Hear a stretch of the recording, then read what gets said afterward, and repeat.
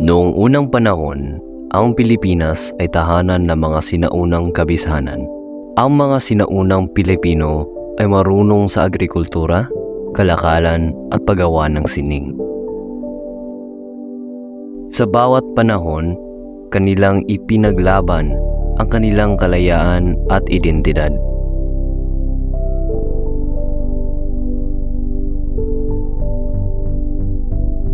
Sa panahon ng kolonyalismo at pang-aapi, hindi nagpatalo ang diwa ng Pilipino sa pamamagitan ng pagsisikap, pakikibaka at pagkakaisa.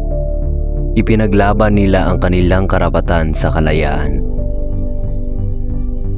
Ngayon, tayo'y patuloy na nagmamalaki sa ating kasaysayan at patuloy na nag-aambag sa pagpapalaganap ng diwa ng pagiging Pilipino sa buong mundo. Marami ang paraan upang mapapakita natin ang ating pagmamahal ng bayan, tulad ng paglinis ng kapaligiran upang mapanatiling ligtas at maayos ang ating lipunan.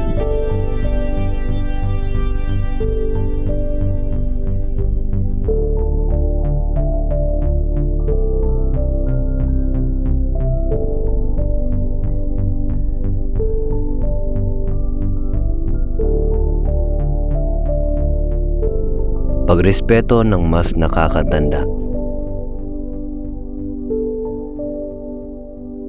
at pagtulong sa kapwa.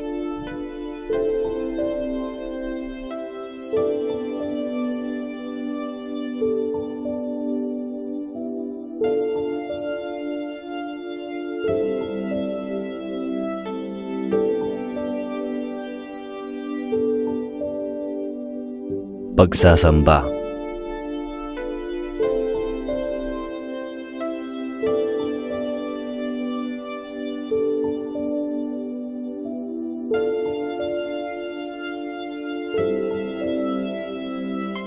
Pag-aaral ng mabuti upang makamit ang pangarap at mapaunlad ang ating ekonomiya.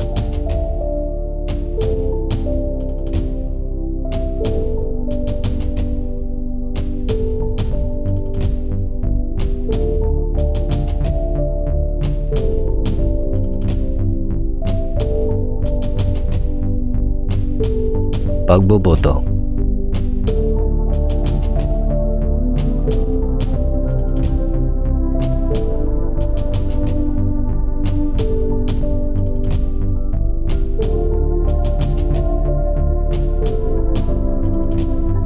Pagbibili ng sariling atin.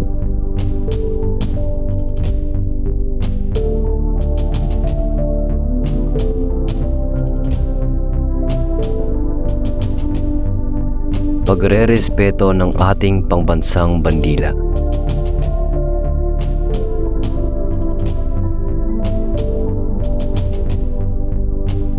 Sa bawat hakbang, tayo'y nagbibigay ng dangal sa ating nakaraan. At sa bawat pangarap, tayo'y lumakbay patungo sa isang mas maunlad na hinaharap.